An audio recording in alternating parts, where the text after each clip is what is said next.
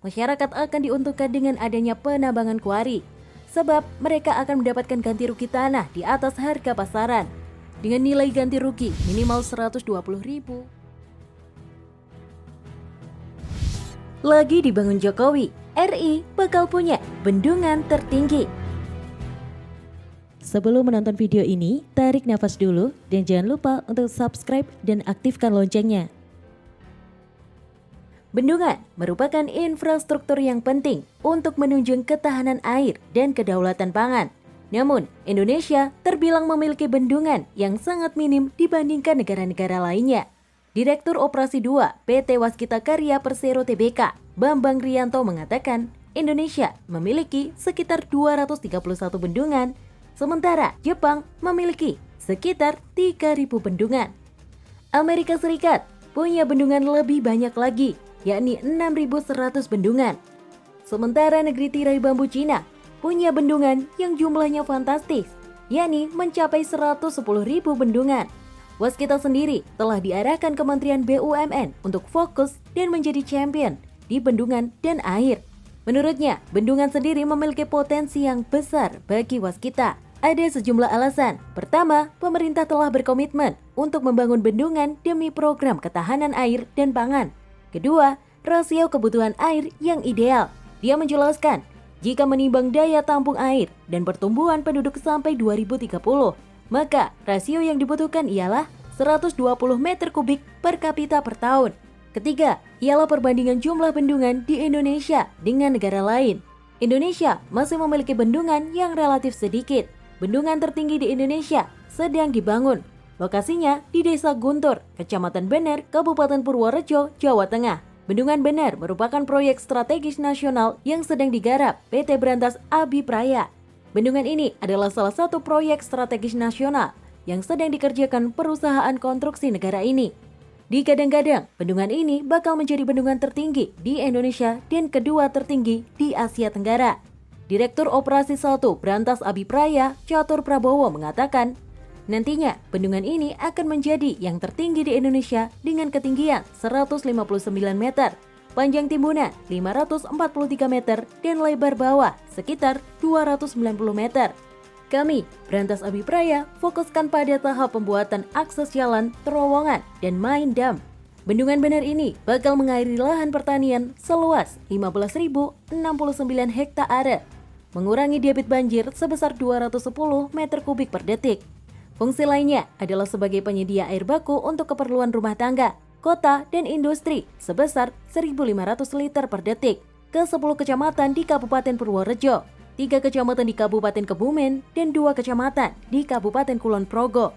Tak hanya itu, Bendungan Bener akan difungsikan sebagai PLTA karena dapat menyuplai energi listrik sebesar 6 MW.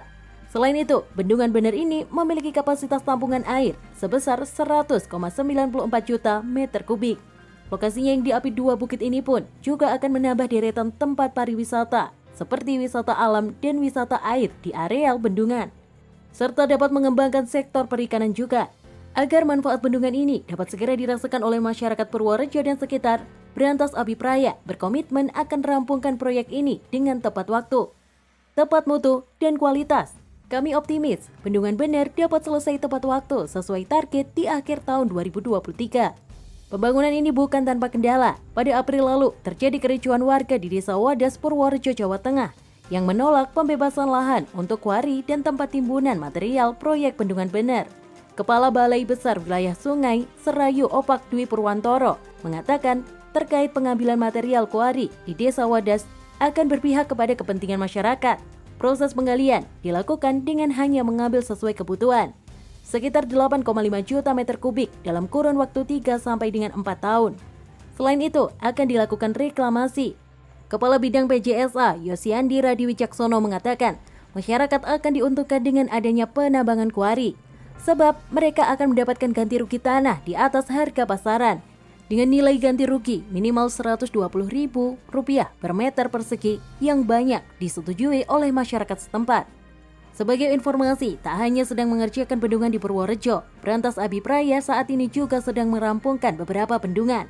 Contohnya, Bendungan Budong-Budong di Sulawesi Barat, Bendungan Sepaku Semoy di Kalimantan Timur, Bendungan Bintang Bano di Nusa Tenggara Barat, Bendungan Bagong di Trenggalek, Bendungan Teranggung di Semarang, kemudian Bendungan Semantok di Jawa Timur, Bendungan Cipanas di Sumedang, Bendungan Ciawi di Bogor, Bendungan Kewuroto di Aceh, Bendungan Bulango Ulu di Gorontalo, Bendungan Sidan di Bali, dan Bendungan Beringin Sila di Sumbawa. Ingin tahu lebih menarik? Yuk simak video selanjutnya. Cina janjikan proyek kereta cepat Jakarta-Bandung selesai tepat waktu. Sebelum menonton video ini, tarik nafas dulu dan jangan lupa untuk subscribe dan aktifkan loncengnya. Presiden Joko Widodo meninjau proyek kereta cepat Jakarta-Bandung. Pada peninjauan tersebut, Jokowi mendapat laporan progres pengerjaan yang telah mencapai 73%. Rencananya, pada awal tahun 2022 mendatang akan masuk pada persiapan operasional kereta cepat tersebut. Kepala negara berharap nantinya kereta cepat dapat terintegrasi dengan moda transportasi yang ada. Antara lain adalah MRT dan LRT di Jakarta. Kehadiran kereta cepat diyakini dapat meningkatkan daya saing Indonesia dengan negara-negara lain. Selain itu, pembangunan kereta cepat juga diharapkan dapat menjadi pengembangan sumber daya manusia Indonesia. Proyek yang bekerja sama dengan Cina itu diharapkan dapat terjadi transfer ilmu pengetahuan dan teknologi, sehingga akan bermanfaat pada pengembangan infrastruktur Indonesia ke depan. Pada peninjauan tersebut, Jokowi didampingi Menteri Koordinator Bidang Maritim dan Investasi Luhut Binsar Panjaitan, Menteri Keuangan Sri Mulyani, Menteri BUMN Erick Thohir, dan Duta Besar Cina untuk Indonesia Xiao Shan. Pemerintah menargetkan kereta cepat Jakarta-Bandung beroperasi pada awal tahun 2023. Rencananya, uji coba akan dilakukan pada bulan November tahun 2022 mendatang. Berdasarkan hasil peninjauan, saat ini proses pembangunan telah mencapai 73%. Selain itu, Jody juga menyebut tahapan praoperasi kereta cepat akan melibatkan PT Kereta Api Indonesia, sehingga membuat rencana operasional tahun 2023 lebih realistis. Sebagai informasi, Presiden Joko Widodo melakukan peninjauan pembangunan kereta cepat Jakarta-Bandung. Jokowi berharap moda transportasi tersebut dapat terintegrasi dengan transportasi yang ada seperti MRT dan LRT, sehingga nantinya proyek yang dikerjakan bekerja sama dengan Cina itu akan memberikan daya saing dan kecepatan bagi mobilitas di Indonesia. Jokowi berharap hal itu akan membuat Indonesia mampu bersaing dengan negara lain. Terkait proyek kereta cepat Jakarta-Bandung atau KCBJ, pemerintah Cina sudah bersepakat dengan Indonesia, penyelesaiannya akan sesuai jadwal. Seperti diketahui, proyek ini ditargetkan rampung pada 2022 mendatang. Komitmen itu diungkapkan dalam pertemuan tingkat tinggi antara Indonesia dan Cina pada Sabtu 5 Juni kemarin. Pihak Indonesia diwakili oleh Menteri Koordinator Bidang Kemaritiman dan Investasi Luhut Binsar Panjaitan, sementara pihak Cina diwakili oleh Menteri Luar Negeri Cina Wang Yi. Dalam keterangannya, Kemenlu Negeri Cina menjelaskan proyek kereta cepat Jakarta-Bandung merupakan bagian dari program Belt and Road Initiative atau pembangunan jalur sutra modern. Kereta cepat ini menjadi tolak ukur proyek tahap pertama yang dibangun di Indonesia dan Cina di bawah program BRI. Kedua belah pihak akan lebih menyelaraskan dan visi poros maritim global untuk memastikan penyelesaian kereta cepat Jakarta-Bandung sesuai jadwal. Sebagai informasi, kereta cepat Jakarta-Bandung adalah proyek kereta cepat pertama di Indonesia yang telah diinisiasi sejak tahun 2015. Standar kecepatan kereta cepat ini akan mencapai 350 km per jam. Kereta cepat Jakarta-Bandung akan memangkas waktu dua kota tersebut hanya menjadi 40 menit dengan lintasan sepanjang 142,3 km, jauh lebih cepat dibandingkan dengan waktu tempuh kereta api reguler yang saat ini yakni 3 jam lebih. Adapun untuk mendukung program BRI ke depannya, kedua negara juga menyepakati proyek awal yakni membentuk koridor ekonomi komprehensif regional dan mempercepat pembangunan platform kerjasama baru yang bernama Dua Negara Taman Kembar atau Twin Countries Twin Parks. Proyek tersebut akan mengeksplorasi arah baru untuk kerjasama di kawasan industri hijau dan menyediakan inovasi teknologi konstruksi yang berkualitas tinggi. Selain itu, Cina juga memastikan akan secara aktif mendukung Indonesia dalam mempercepat pembangunan infrastruktur dan meningkatkan kapasitas Indonesia untuk pembangunan yang mandiri dan komprehensif. Cina juga menyambut baik Indonesia untuk meningkatkan ekspor komoditas kompetitif ke Cina, memperdalam konektivitas perdagangan bilateral dan bersama-sama memanfaatkan pasar besar Cina dan Indonesia dengan total populasi 1,7 miliar.